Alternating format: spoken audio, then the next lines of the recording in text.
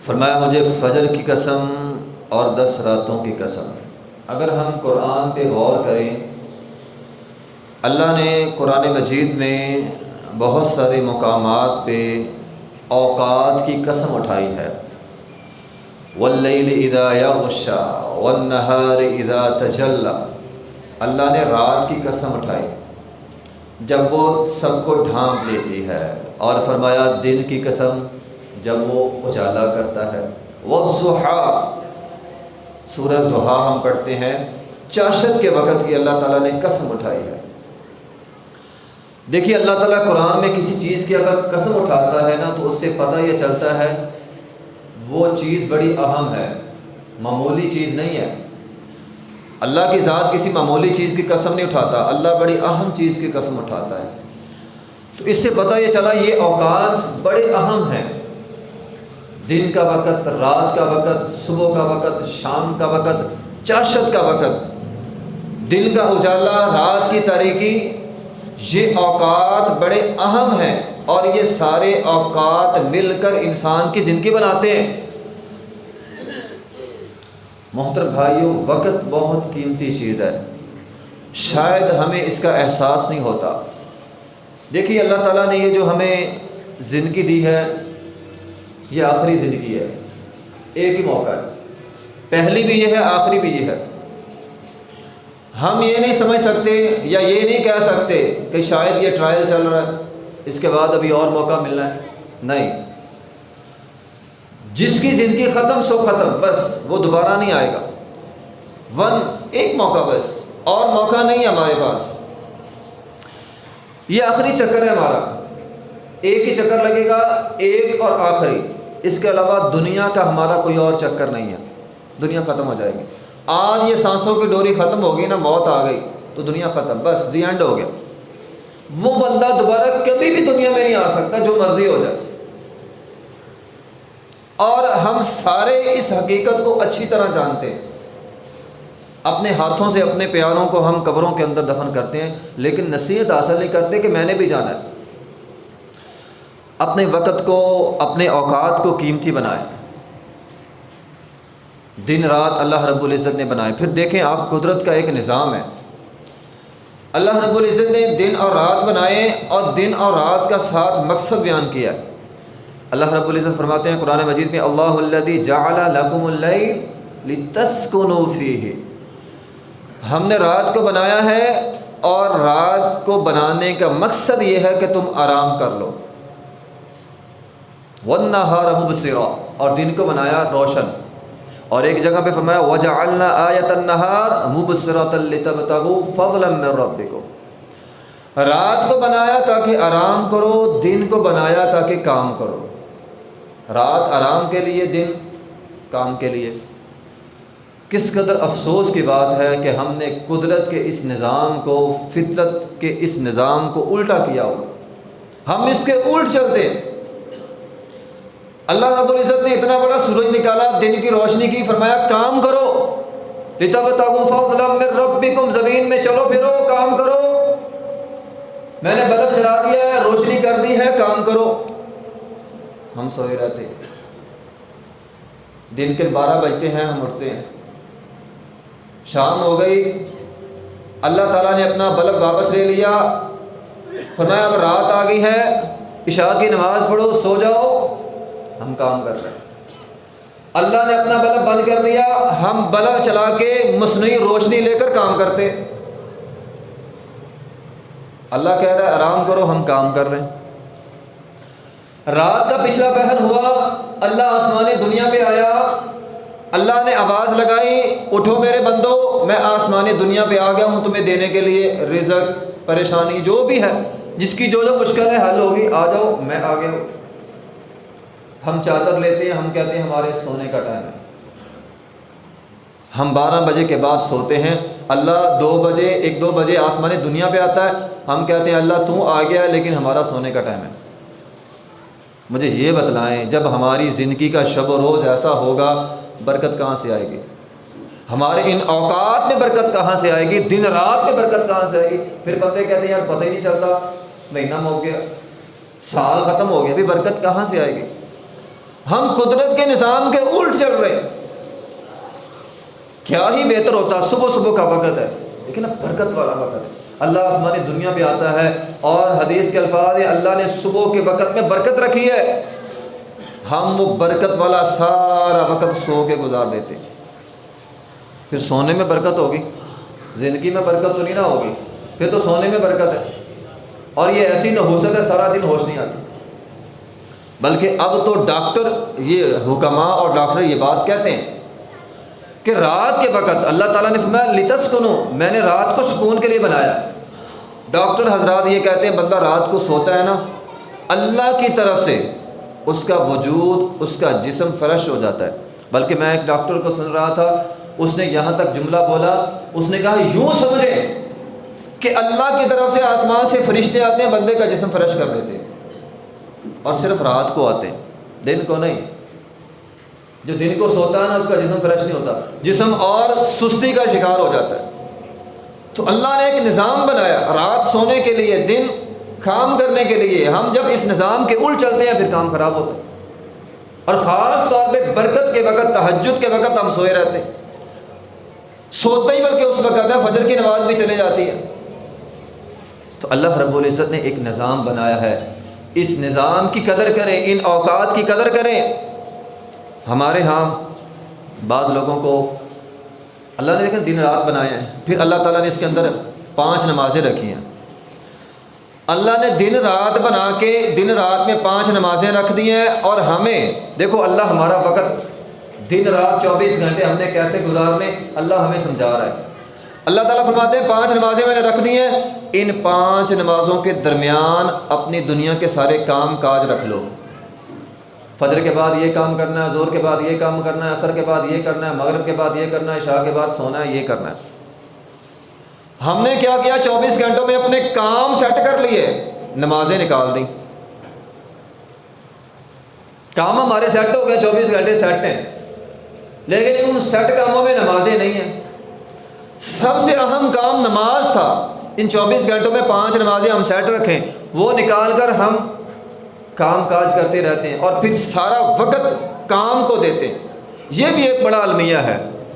اللہ تعالیٰ نے 24 گھنٹے بنائے، اس میں ہم نے کام بھی کرنا ہوتا ہے، اس میں ہم نے دیکھو نا حقوق ہیں، رشتہ داروں کے حقوق ہیں، بہن بھائیوں کے حقوق ہیں، اولاد کے حقوق ہیں۔ واللہ میں ایسے گھروں کو جانتا، آپ بھی جانتے ہوں گے، آپ بھی اس بات کو جانتے ہوں گے جو میں بات ابھی کرنے لگا ہوں۔ بہت سارے باپ، بہت سارے گھروں کے بڑے ایسے ہیں ان کے بچوں کے ساتھ ملاقات ہی نہیں ہوتی۔ باپ رات کو آیا ہے، 11 بجے 12 بجے بچے سوئے ہوئے، صبح 8 بجے باپ سویا، بچے اسکول چلے گئے، بچوں کو دینے کے لیے ٹائم نہیں ہے۔ بچوں کے حقوق ہیں، رشتہ داروں کے حقوق ہیں، ہمسایوں کا پتہ ہی نہیں ہوتا۔ بہت سارے لوگ ایسے انہیں پتہ ہی نہیں ہمارے ہمسائے میں بیٹھا کون ہوا ہے۔ ہمسایوں کو دینے کے لیے وقت نہیں ہے، خوشی غمی پر جانے کے لیے وقت نہیں ہے۔ ایسے منظر بھی دیکھے ہیں، جنازہ ہوتا ہے، بندہ دکان سے سیدھا قبرستان بھاگتا ہے، جنازہ پڑھ لیتا ہے، وضو تک کرنے کا وقت نہیں ہے، نہ کرتے ہیں لوگ۔ ہم نے سارا ٹائم، سارا وقت صرف کاروبار کو دے دیا ہے۔ آپ مجھے یہ بتلائیں کامیاب کیسے ہوں گے؟ چلو ایک مثال سے اس بات کو اور سمجھاتا ہوں۔ اسکول میں پیپر ہوتے ہیں، ایک پیپر میں کم از کم 5 سوال کرنے ہوتے ہیں۔ آپ مجھے یہ بتلائیں ایک طالب علم ہو، 3 گھنٹے ٹائم ہوتا ہے، 5 سوال کرنے ہوتے ہیں۔ اب ایک طالب علم ہو، وہ ایک سوال کرے اور بڑا اچھے سے کرے، اور 3 گھنٹے ایک ہی سوال پہ لگا دے، 3 گھنٹے ایک ہی سوال پر اس نے لگا دیے۔ آپ میں سے ماسٹر لوگ بھی بیٹھے ہوں گے، ذرا مجھے یہ بتلائیں بچے کو پاس کریں گے کہ فیل کریں گے؟ اس نے ایک ہی سوال کیا، اگرچہ ایک سوال اس نے 20 نمبر کا پورا کیا ہے، اچھا کیا ہے، بہترین کیا ہے، لیکن 20 نمبر لینے سے بچہ پاس نہیں ہوتا۔ اس کی بجائے وہ بچہ جس نے 5 سوال کیے ہیں، اگرچہ تھوڑی بہت کمی ہے لیکن 50% تو لے ہی لے گا نا، پاس تو ہو ہی جائے گا۔ اس نے پاس مارکنگ تو لے ہی لے، اس نے 5 سوال کیے ہیں، اگرچہ تھوڑے تھوڑے کر لیے ہیں، اگرچہ وہ ایک سوال میں سے 20 نمبر نہیں لے سکا، اس میں 10 لے لیے، ایک میں 15 لے لیے، ایک میں 8 لے لیے، کل ملا کے 50 تو ہو ہی گیا نا۔ پاس تو بندہ ہو ہی گیا ہے، لیکن اگر ایک ہی سوال کرے گا باقی 4 کو دیکھے گا نہیں، کامیاب کیسے ہوگا؟ تو ہم زندگی میں ایسا کر رہے ہیں، سارا 24 گھنٹے ہم کام کو دے دیتے ہیں، نہ رشتہ دار، نہ اوس پڑوس، نہ خوشی نہ غمی، وقت ہی کوئی نہیں لوگوں کے پاس، اپنے بچوں تک کو دینے کے لیے وقت نہیں ہے۔ تو محترم بھائیوں، دنیا تو تباہ ہوگی اگر ہم دیگر حقوق نہیں ادا کریں گے، اللہ کے بھی مجرم ہو جائیں گے۔ اپنے وقت کو 24 گھنٹے اللہ تعالیٰ نے دیے ہیں، ان 24 گھنٹوں کو ان میں سب کے حقوق ادا کرنے ہم نے۔ عمر بن عبدالعزیز رحمہ اللہ تعالی بہت بڑے خلیفہ تھے، وہ کام کر رہے تھے، شام ہوگی، کسی نے کہا یہ کام آج چھوڑ دیں، کل کو کر لیں گے۔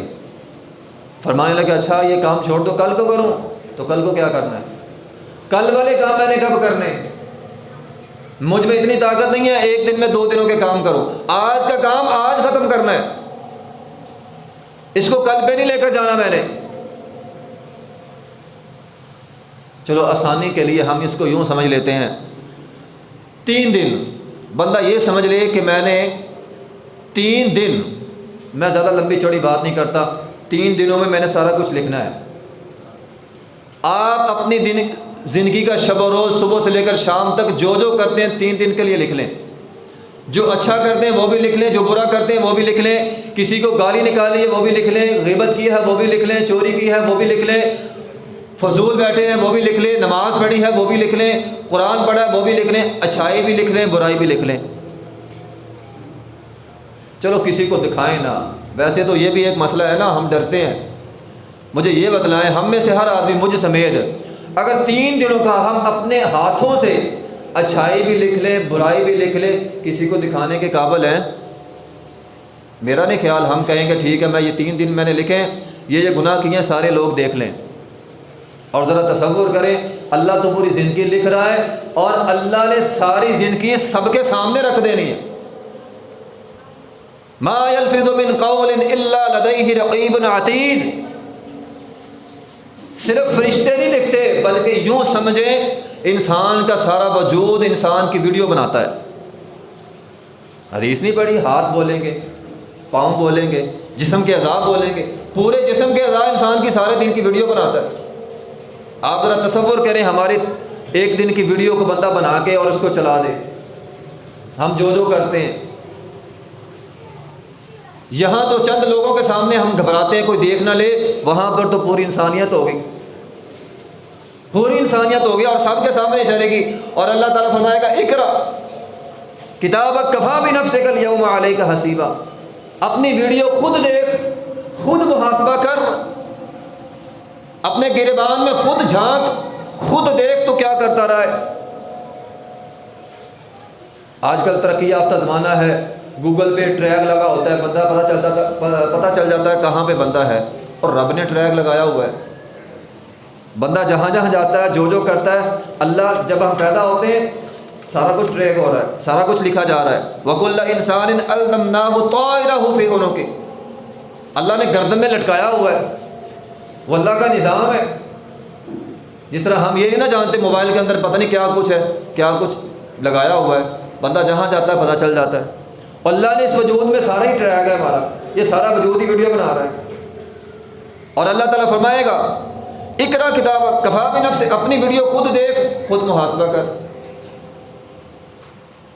تو پھر میں وہی سوال دہراتا ہوں، کیا ہم یہ اگر ہم 3 دن نوٹ کر لیں، کیا ہم اپنے 3 دنوں کا لکھا ہوا کسی کو دکھانے کے قابل ہیں؟ اگر 3 دنوں کا نہیں دکھا سکتے، پوری زندگی کا حساب اللہ کو کیسے دیں گے؟ اور جو بندہ 3 دنوں کا حساب دے سکتا ہے، پوری زندگی کا بھی دے سکتا ہے۔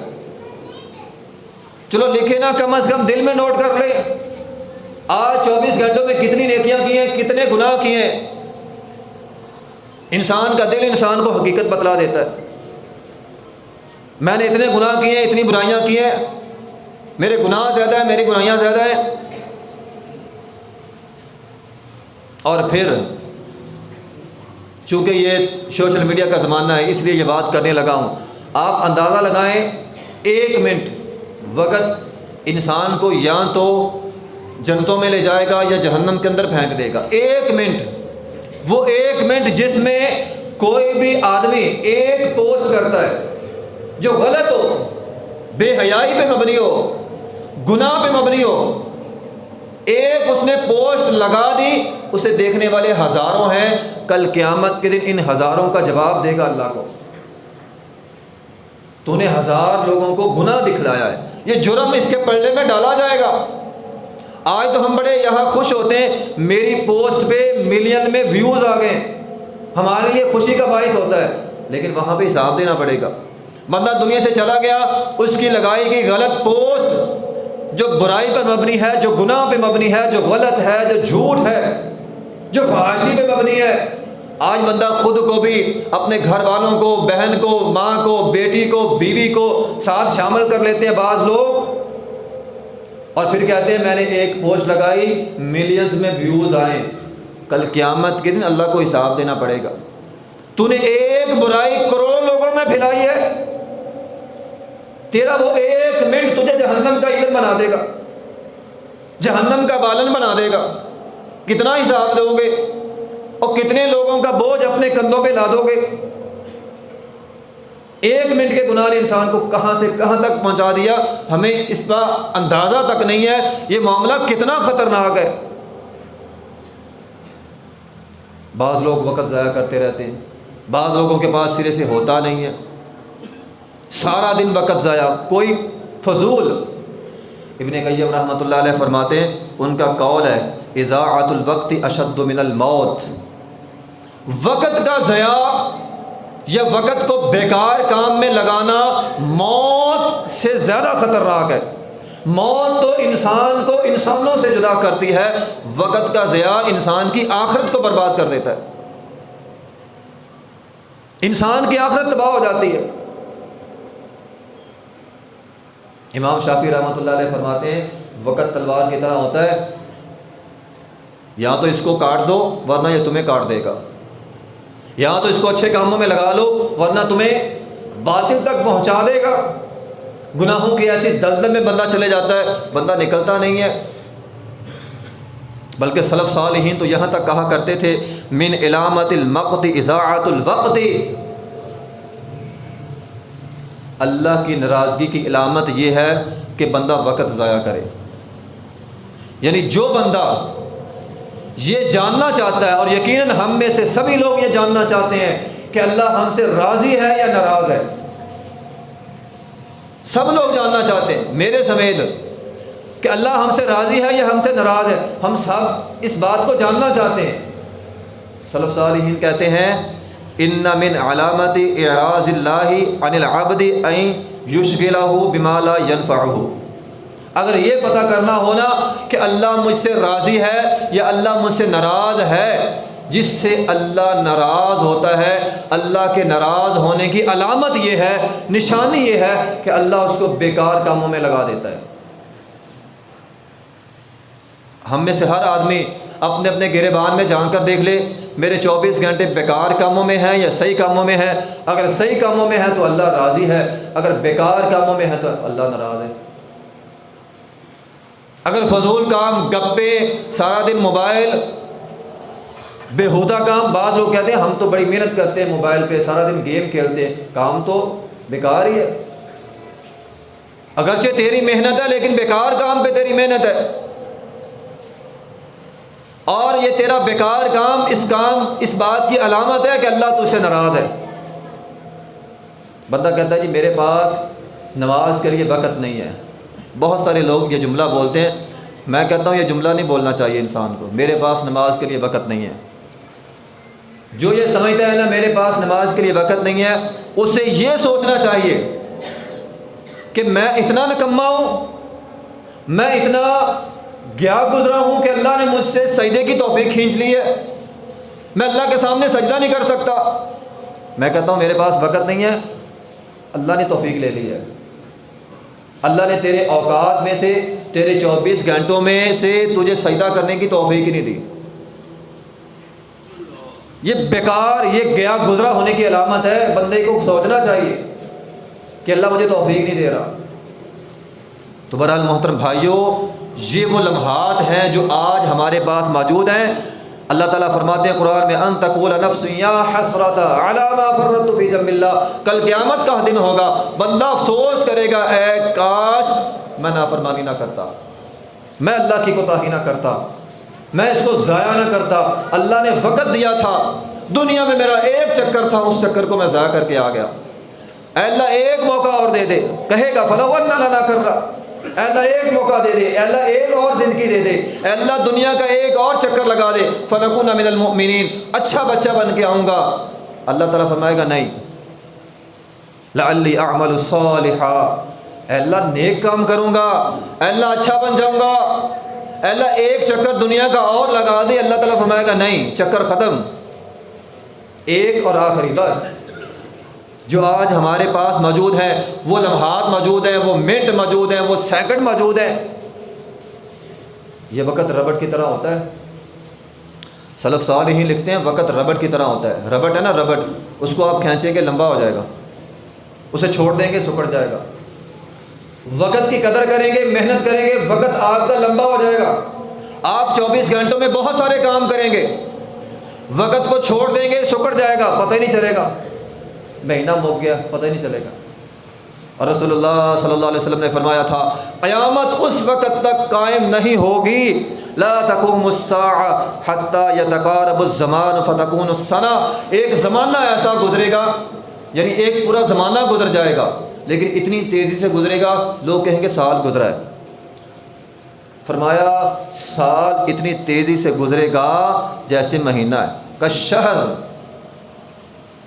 مہینوں کی طرح سال گزرے گا، اور مہینہ فرمایا ایسے گزرے گا جیسے ہفتہ ہے۔ الجمعہ، ایک ہفتہ ایک جمعہ، اور ایک ہفتہ ایک جمعہ ایسے گزر جائے گا کل یوم، جس طرح دن گزرتا ہے، اور دن فرمایا ایسے گزرے گا کالساعہ، جیسے ایک گھڑی ہوتی ہے، ایک گھڑی جیسے گزر جاتی بندے کو پتہ ہی نہیں چلتا۔ اور آج آپ دیکھ لیں اپنے اپنے گروبانوں میں نظر ڈال کر، یہ وہ زمانہ آ چکا ہے، پتہ ہی نہیں چلتا ہمیں۔ بلکہ میں تو یہ بولوں گا جب سے ہم نے قرآن کو وقت دینا چھوڑ دیا ہے، ہمارے وقت میں سے برکت ختم ہو گئی ہے۔ 5 منٹ 10 منٹ ہمارے لیے ہمارے پاس نہیں ہے قرآن پڑھنے کے لیے، ہمارے 24 گھنٹے اللہ نے مصروف کر دیے،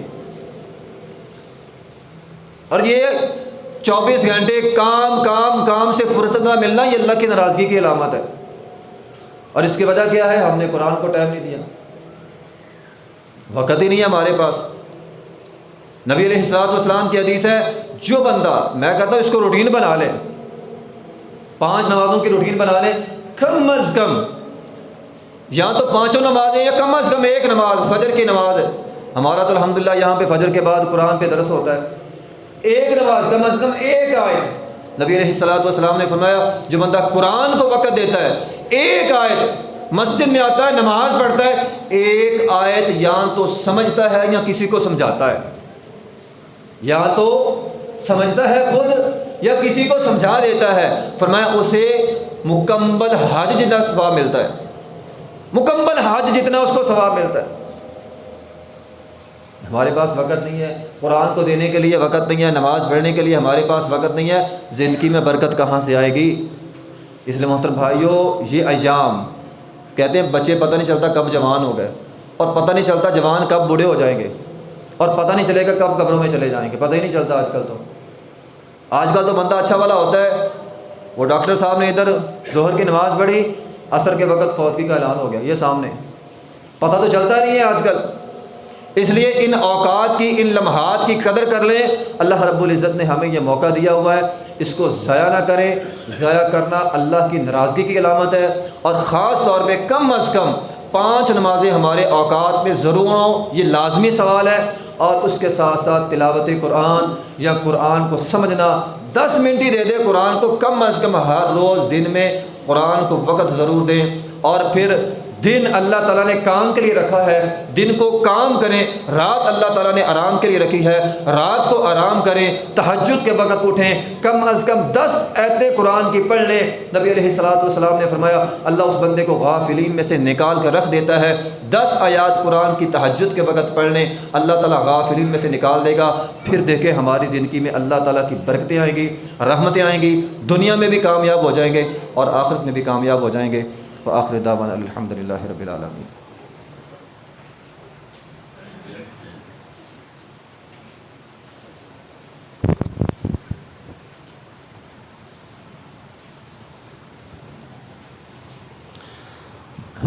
ان الحمد للہ نحمده ونستعینه ونستغفره ونعوذ باللہ من شرور انفسنا ومن سیئات اعمالنا